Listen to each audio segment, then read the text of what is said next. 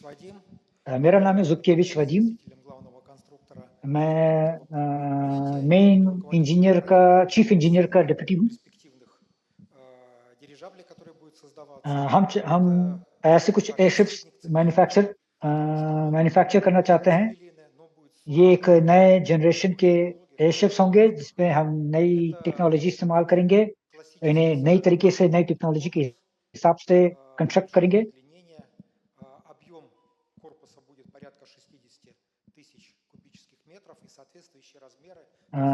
तो इसके साथ साथ ये भी आप समझ सकते हैं कि इसके एयरशिप्स के साइज जो होंगे वो कहीं ज्यादा बड़े होंगे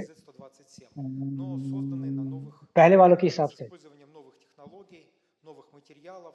और नए मटेरियल्स को लेकर के हम इसे जब बनाएंगे तो इसका वजन भी बहुत कम हो, कहीं कहीं ज्यादा कम होगा।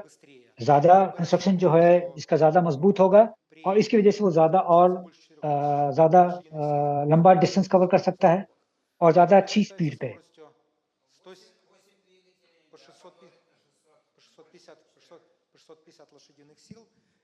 Его максимальная скорость будет 175 километров, а крейсерская от 125 до 150 километров. То есть это выше, чем летали цепелины, и при примерно той же дальности и продолжительности полета. Второе важное качество, которое будет у современного дирижабля, это его возможность летать и садиться вертикально. ये वर्टिकली टेक ऑफ कर सकेगा और वर्टिकली लैंड कर सकेगा। Поэтому им для того, чтобы взлетать и садиться, не нужны уже такие большие इसके लिए इसीलिए इनका लैंडिंग ग्राउंड जो होता है, टेक ऑफ ग्राउंड जो होता है, वो ज्यादा बड़ा नहीं होता जैसे एरोप्लेन या हेलीकॉप्टर के लिए, एरोप्लेन के लिए चाहिए होता है, जो बड़ा कार्गो, भारी कार्गो ट्रांसपोर्ट करते हैं।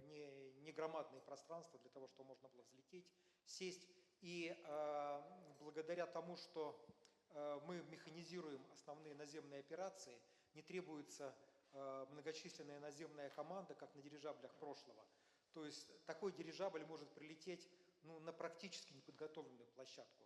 То есть в минимальной комплектации такой дирижабль может сесть на площадку, где фактически есть только якорные точки для его удержания на... तो बेसिकली ऐसे एक एयरशिप को लैंड करने के लिए आपको ज्यादा जगह नहीं चाहिए, वहां पे आपको उतनी जगह चाहिए कि जहाँ पे आप कुछ एंकर्स लगा सके जिनसे आप इसे जोड़ सकते हैं, फिक्स कर सकते हैं कि ये वापस हवा में ना उड़ जाए।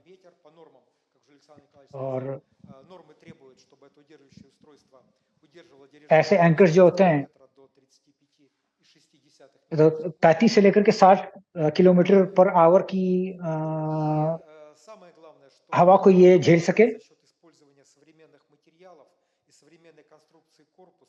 современных методов расчета он будет намного надежнее и, возможно, без эллинговой эксплуатации. То есть, в отличие от цепелинов, которые после каждого полета должны были убираться в эллинг, такой дирижабль может эксплуатироваться и содержаться на площадке. लाइफ स्पैन की बात करें तो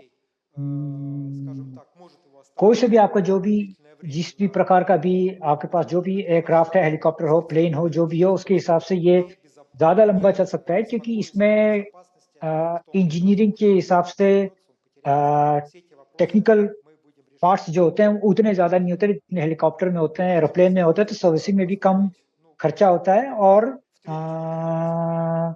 कम स्पेयर पार्ट्स की जरूरत होती है। तो इसका मतलब कम ये कहीं ज्यादा कम खराब होता है।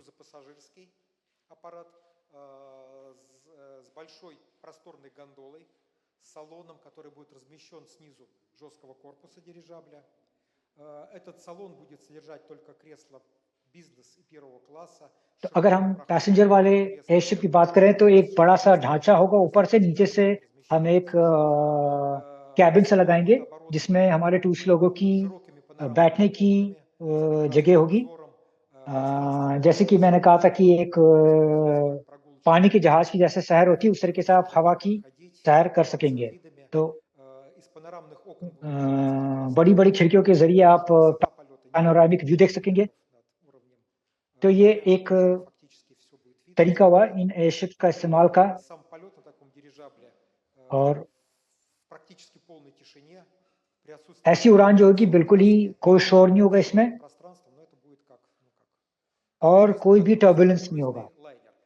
एक Следующая опция это क्रूज लाइनर की все-таки तरह। больше туристический, это еще более меньше दूसरा जो है пассажиров, но с комфортным размещением, पैसेंजर के вплоть до लोगों के लिए, टूरिज्म के लिए ही, वो जैसे по पहले बताया था, 5 самолету स्टार дирижабль может होटल के कंफर्ट в के लिए Москве के साथ слетать на Северный полюс с этими туристами, कि कौन जाने कि осуществить выход людей на Северный कल को полюс जाकर के नॉर्थ पोल के जब обратно. टूर И भी по пути мы можем आप लोगों को ऑफर होने लगेंगे तो एयरशिप्स का इस्तेमाल किया जा सकता है इन चीज़ों ऐसे टूर्स के लिए। Шпицбергене. То есть это будет вообще, ну, это, конечно, дорогое путешествие, то есть не каждый может себе такое позволить.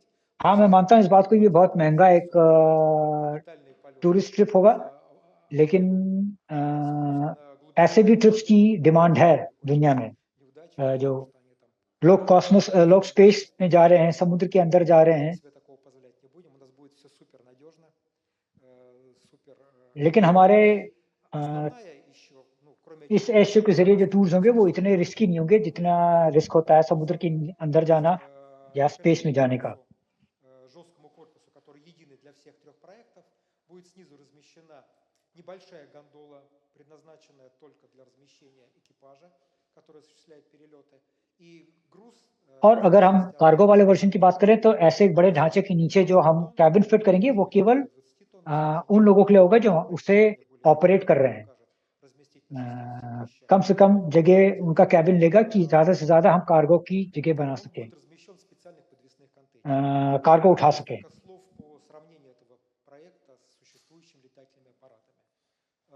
С самолетами сравнивать его сложно, потому что все-таки एरोप्लेन से इनकी हम तुलना नहीं कर सकते, самолетов, и у него немного другое предназначение, все-таки лучше его сравнивать с вертолетом. इसे हम हेलीकॉप्टर Как говорили, से तुलना करते हैं। версия вертолета Ми-8, मी 8 जो है सबसे भारी वाला वर्जन, максимальная скорость меньше самолетной, значительно меньше. उसकी मैक्सिमम स्पीड जो है एरोप्लेन से कम ही है, Отличается от скорости максимальной вертолета Ми-8 совсем не намного. Но при этом у него дальность полета в несколько раз तो मी 8 की комфорт размещения स्पीड जो है на борту, ну, он пробует और ऐसे एक एयरक्राफ्ट की स्पीड जो है वो लगभग एक ही होगी, लेकिन डिस्टेंस जो कवर कर सकेगा इस तरीके का एयरशिप कहीं ज्यादा अधिक होगी। не будет широкие просторные палубы, практически полная тишина, то есть комфорт колоссальный. Ну и поскольку этот аппарат будет создан как бы продолжение цепелинов, ну, по внешнему виду он будет даже похож на цепелины, хотя по внутреннему своему содержанию это будет совсем другой аппарат.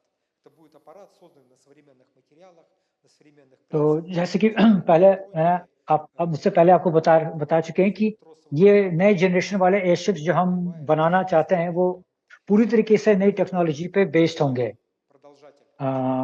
टेक्निकल हो, इंजीनियरिंग की टेक्नोलॉजी हो या सॉफ्टवेयर की हो।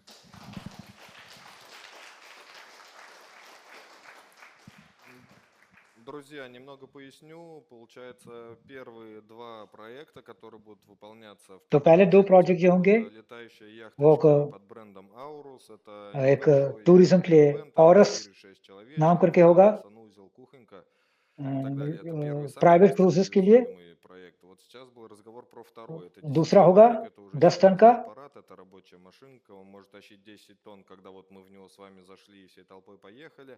Если такие там не нужны, грубо तो говоря, ये काफी बड़ा места и так далее, एक то очень большая бригада людей, एयरशिप हो जाता है। плюс прицепили груз, полетели на вахту на север, заменили какое-то оборудование, и вот он तो будет इसे हम टूरिज्म में भी в इस्तेमाल कर цепленных सकते हैं такой और сложный कार्गो вариант. के लिए भी Это, इस्तेमाल कर грубо सकते हैं। говоря, грузовой एक беспилотный, हो गया грузовой ऑटोनोमस कार्गो, пассажирский, это कार्गो вот पैसेंजर, оборудованные люди пошли, केवल पैसेंजर пассажирский и туристический.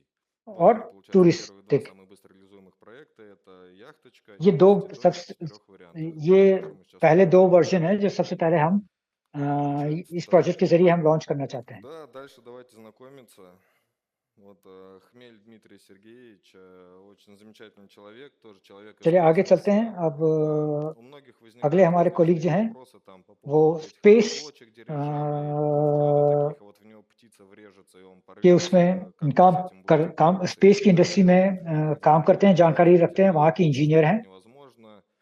Этот институт запускал такие аппараты на Венеру. На Венере летали среди кислоты, вот эти вот шары и все इन строилось. जहाँ Поэтому जिस इंस्टीट्यूट में ये काम कर चुके हैं, उन लोगों ने специалисты वहाँ से по कुछ Венере. ऐसे भी रॉकेट्स वहाँ पे बनाए गए थे जो Дмитрий वीनस तक Сергеевич, गए थे заместитель главного конструктора सोवियत जमाने में। аэростатика по проектам пассажирского двухъярусного